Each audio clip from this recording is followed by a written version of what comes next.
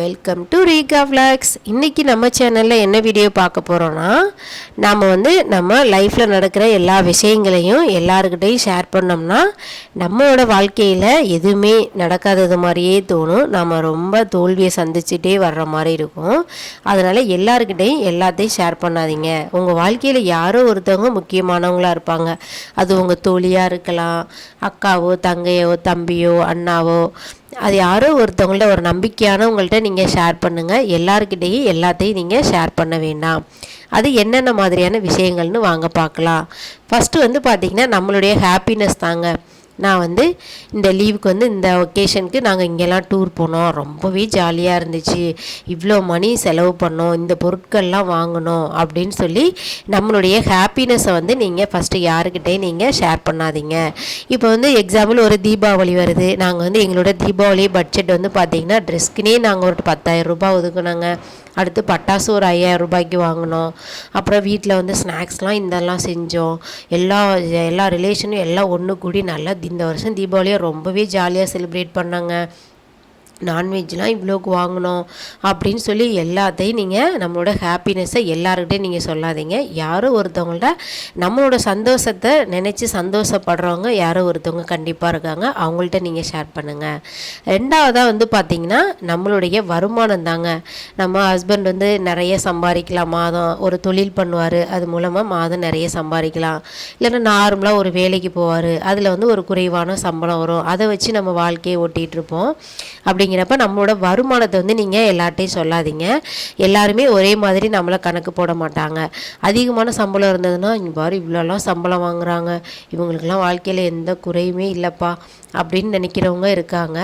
இதே நம்ம குறைவான சம்பளம் வாங்குறப்ப இதெல்லாம் ஒரு சம்பளம்னு சொல்லி இவங்களாம் என்ன வாழ்க்கையை வாழ்கிறாங்க, ஒழுங்காக ஒரு சாப்பாடு சாப்பிடாம நல்ல ஒரு ட்ரெஸ் போடாமல் அப்படின்னு சொல்லி நம்மளை குறைவாக மதிப்பிடவும், நம்மளோட கணவரை குறைவான எடை போடவும் வாய்ப்பு இருக்குது. நம்மளோட கணவர் அவரோட இதுக்கு இவ்வளோ தான் சம்பளம் அப்படின்னு ஒரு ஃபிக்ஸ்டு இருக்கும்.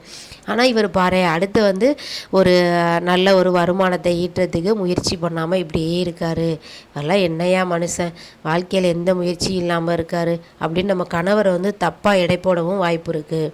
ஸோ நம்மளுடைய வருமானத்தை நீங்கள் ஃபஸ்ட்டு யாருக்கிட்டையுமே நீங்கள் சொல்லாதீங்க. மூணாவதாக பார்த்திங்கன்னா நம்மளுடைய உறவு முறை தாங்க. கணவன் மனைவி, நாத்தனார் மாமியார் மச்சாண்டார், இது மாதிரி நம்ம புகுந்த வீடாக இருந்தாலும் சரி பிறந்த வீடாக இருந்தாலும் சரி நம்மளுடைய உறவு முறைகள் அப்படிங்கிற நம்ம உறவு முறைகள் வர சந்தோஷமாக இருக்கலாம், சங்கடங்களாக இருக்கலாம், இதை நீங்கள் எல்லாருக்கிட்டையும் எல்லாத்தையும் ஷேர் பண்ணாதீங்க. ஏன்னா எல்லாரும் ஒரே மாதிரியாக இருக்க மாட்டாங்க. இப்போ என்னோடய மாமியார் கூட இந்த பிரச்சனை அப்படிங்கிறத சொல்கிறப்ப பார்த்திங்கன்னா ஒரு சில பேர் பாசிட்டிவாக சரி விடுப்பா பெரியவங்க தானே அப்படின்னு சொல்கிறவங்களும் இருக்காங்க. இதே அவங்க ஒன்று இப்படி சொல்லிட்டாங்களா, நீ இப்படி ரிவெஞ்ச் எடு அப்படின்னு நமக்கு நெகட்டிவாக சொல்லி கொடுக்குறவங்களும் நம்ம மைண்டை மாற்றி இந்த மாதிரிலாம் நீ சண்டை போடு அப்படின்னு நெகட்டிவாக சொல்லி கொடுக்குறவங்களும் இருக்காங்க. ஸோ நீங்கள் நம்மளுடைய உறவு முறைகளுக்குள்ள வர்ற சந்தோஷங்களையும் சங்கடங்களையும் யார்கிட்டையும் நீங்கள் ஷேர் பண்ணாதீங்க. நாலாவதாக பார்த்திங்கன்னா நம்மளுடைய சேவிங்ஸ் தாங்க. நாங்கள் இவ்வளோ பணங்களை சேர்த்து வச்சுருக்கோம், பேங்க்கில் இவ்வளோ வச்சுருக்கோம், போஸ்ட் ஆஃபீஸில் இவ்வளோ போட்டிருக்கோம், நகைச்சீட்டு இவ்வளோ போட்டிருக்கோம், நான் பேசிக்காக இவ்வளோ ஜுவல்ஸ்லாம் வச்சுருக்கேன், எங்கள் வீட்டில் இவ்வளோ சொத்துக்கள்லாம் இருக்குது அப்படிங்கிற விவரங்களை நீங்கள் யாருக்கிட்டையும் நீங்கள் ஷேர் பண்ணாதீங்க. அது ஒரு திருஷ்டி மாதிரியே ஆயிருங்க. அடுத்து நம்மளால் ஒரு குண்டுமணி தங்கம் கூட வாங்க முடியாத மாதிரி ஆயிரும், ஒரு 500 ரூபாய் சேவிங்ஸு சேர்க்க முடியாத மாதிரி ஆயிரும். அதனால் இந்த மாதிரி இந்த விஷயத்தை நீங்கள் ஷேர் பண்ணாதீங்க. ஐந்தாவதாக பார்த்திங்கன்னா நம்மளுடைய எதிர்கால திட்டங்கள். எதிர்கால திட்டங்கள் அப்படின்னு சொல்லி பார்த்திங்கன்னா நாங்கள் ஃப்யூச்சரில் இந்த பிஸ்னஸ் பண்ணலான் இருக்கோங்க. அந்த பிஸ்னஸில் பார்த்திங்கன்னா நிறைய லாபங்கள்லாம் வருமா, பார்த்திங்கன்னா ஒரு 1 இயர்லேயே நல்லா சூப்பராக வந்துடலாமா அப்படின்னு சொல்கிறதும், நான் ஃப்யூச்சரில் என்னோடய பாப்பாவை இதெல்லாம் படிக்க வைக்கலான் இருக்கோம், எங்கள் பாப்பாவுக்கு இதெல்லாம் நாங்கள் சேர்க்கலான் இருக்கோம், என்னோடய பையனுக்கு இந்த சொத்துக்கள்லாம் நாங்கள் வாங்கலான் இருக்கோம் அப்படின்னு சொல்லி நம்ம எதிர்கால திட்டங்களை நம்ம யாருக்கிட்டையுமே நம்ம ஷேர் பண்ணக்கூடாது. பாருங்கள் பார்த்திங்கன்னா நான் சின்ன வயசாக இருக்கும்போது எக்ஸாம்பிள் எனக்கு நான் ஒரு படிப்பு படிக்கணும் அப்படின்னு சொல்லி ரொம்பவே ஆசைப்பட்டேன். பார்த்திங்கன்னா அதை எங்கள் அம்மா அப்பா வந்து வெளியில் வந்து சொல்லிகிட்டே இருப்பாங்க. நானுமே சொல்லியிருக்கேன், நான் வந்து முடிச்சுட்டு இந்த படிப்பு தான் படிக்கலான் இருக்கேன், எனக்கு வந்து இதுதான் படிக்கணும்னு ரொம்ப ஆசை அப்படின்னு சொல்லி நான் வந்து 12th படிக்கும் போதே பார்த்திங்கன்னா சொல்லிகிட்டே இருந்தேன். அதனாலேயோ என்னவோ தெரியலைங்க, நான் படிக்கணும்னு நினச்ச அந்த படிப்பு கூட என்னால் படிக்க முடியலை. அதனால வந்து நம்ம எதிர்கால திட்டங்களை வந்து யாருக்கிட்டேயுமே நாம் ஷேர் பண்ணக்கூடாது. கடைசியாக பார்த்திங்கன்னா நம்மளுடைய ஹெல்த் இல்னஸ் தாங்க. நம்ம குடும்பத்தில் யாரோ ஒருத்தவங்களுக்கு ஒரு டிசீஸில் அவங்க ஒரு நோய்வாய்ப்பட்டிருப்பாங்க. அதை வந்து நம்ம வந்து பக்கத்தில் யாருக்கிட்டேயுமோ ரொம்ப பழக்கம் இல்லாதவங்க எல்லாருக்கிட்டேயுமே வந்து நம்ம அதை சொல்லக்கூடாது.